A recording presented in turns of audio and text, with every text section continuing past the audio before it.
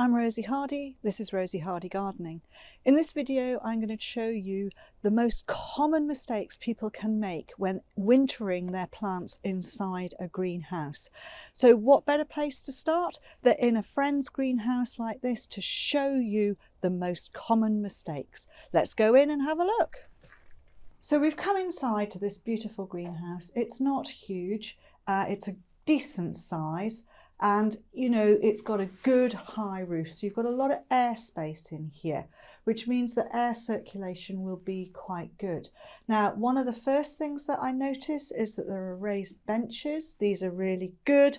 They've got insulation because they've got hydroleca granules all on here. So these hydroleca granules are creating not only somewhere where moisture can be put onto and it will come up and allow the plants to absorb a bit and keep it a bit damp in here, but it also creates a bit of insulation on this actual benching. One of the things that most people do with overwintering mistakes is that they overwater their plants. So please make sure that you do not overwater your plants.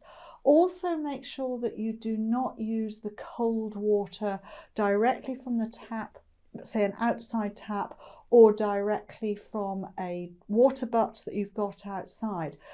Fill up your watering cans. So instead of having your watering cans like these are, empty, no water in them at all, fill them up with water, leave them inside the greenhouse. And this greenhouse is heated, so there is an electric heater in here and it's a fan heater, so we are getting circulation. This water will then warm up to the temperature that's here and will not give the plants so much of a shock when they are watered. And then remember to water each plant individually. Don't just broadcast the water right over the top. So not having a rose on the end of your watering can is really useful, because when you take it with the water, you can go to a pot and you can water it. Quite often what I would suggest is better than watering on the bench is get yourself a little tray with a little bit of capillary matting in the bottom, and then water each plant individually and wait for them to absorb that water and then put them back and work your way down your bench all the way through. Don't just go, oh, that one's dry, I'm going to do that one. Oh, that one's dry, I'm going to do that one. Sometimes when the pots look really quite dark and wet at the top, you pick them up and you find that they're actually very light. They need some more water. So just be aware. So be very systematic going through. I would say you probably don't need to water much more than twice a month. That's, you know, a lot of people say, wow, but you are far better in the cold weather leaving the plants to stay dry. So it is moisture that is one of the key things, and the wetter the plants or the colder they are, less likely they are to actually keep going and be really healthy. Now, the other thing that I would always say, it doesn't matter. I mean, this looks quite pretty because things are put around and it makes it look like a nice arrangement in here. Absolutely no problem with that whatsoever.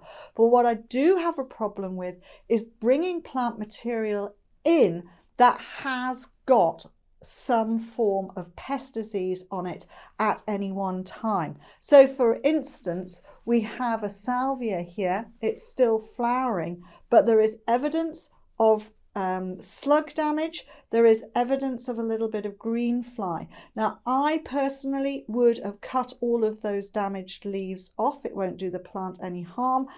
Search all the way underneath in all the crooks and crannies of your pot for any bugs that shouldn't be there, and then take the flower heads off. That's one thing that I would say you really need to look out for. Now, in here we've got a lot of different plant material. Most of it is half hardy in the UK. We've got pelargoniums, we've got succulents, we've got half hardy salvias, we've got some orchids in here.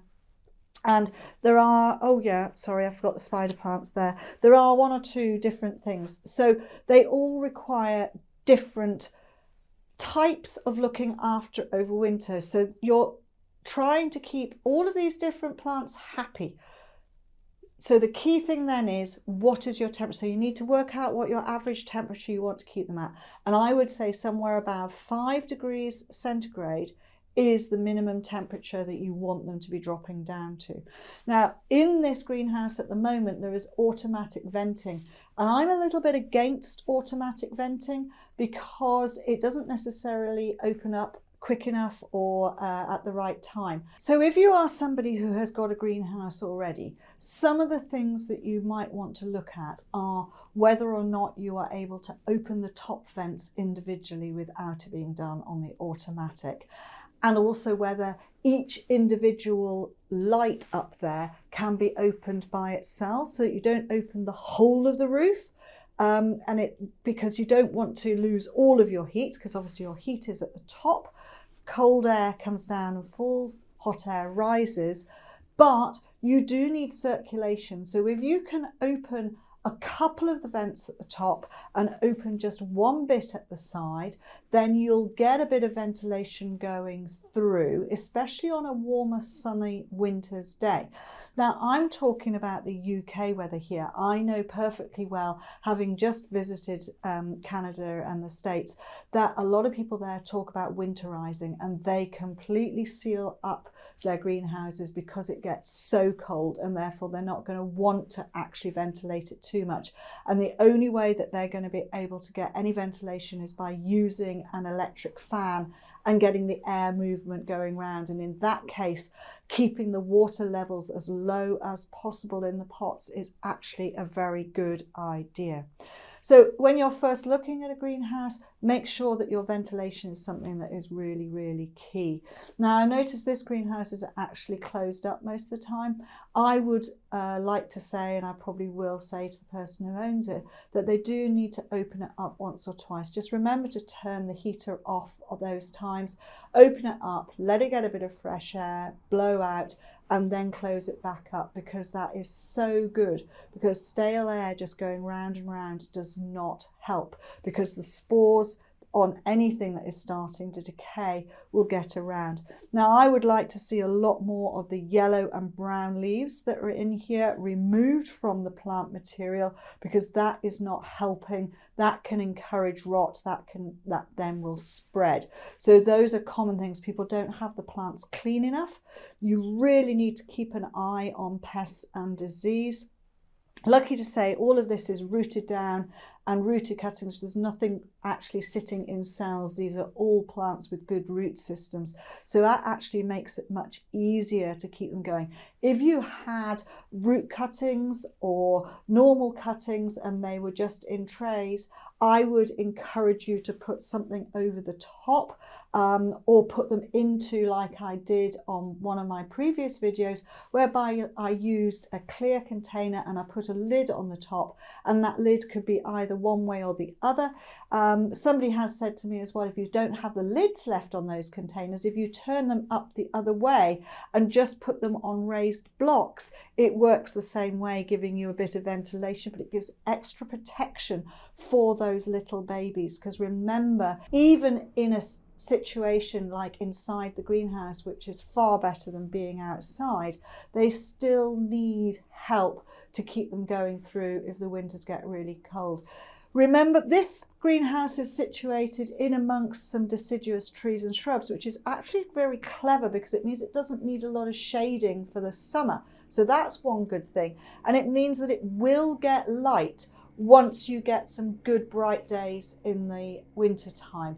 If you need to, or you feel you want to, you can put in LED lighting. That does help, but I don't think you really need a lot. Most of the material, all it is doing is surviving. It is got, because it's at a temperature that it doesn't normally grow very well at, it has slowed down the way that it is going to grow. So all you're doing is keeping them in stasis, And then as soon as the natural weather warms up, the natural light levels come through, the plant material will come on, and it means that you've got a good start for the spring, for all your pelargonium containers, some of your houseplants that you want to move outside, all of those salvias which you can put in the border, and then you're going to have beautiful summer displays with. The other thing, the other bugbear I have with people in a greenhouse like this is that they will put their thermometer in the wrong place. Most of the time they put it by the door. That's not too much of a problem, except that the door is probably the coldest place because you come in and out and the cold air is always there and there's always a little bit of gap. Though they put it sort of up on the side, quite high up, well, that's actually not going to be the coldest place. The coldest place is going to be lower down. So it's better if it is at a slightly lower temperature, but not directly over the top of the heater either, because again, that's not the right place for it. And to be honest, I would have two thermometers. I would have one for the doorway and one for the back end of the tunnel or greenhouse, just to see how much difference you've got.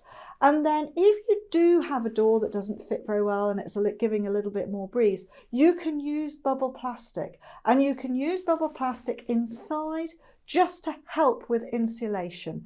But as I say, my big bugbear with most people is the most common things that they do wrong is bring in a diseased plant, don't get rid of the leaves, overwater too much, and forget to look for pest and disease, and forget to look through the winter and tidy stuff up.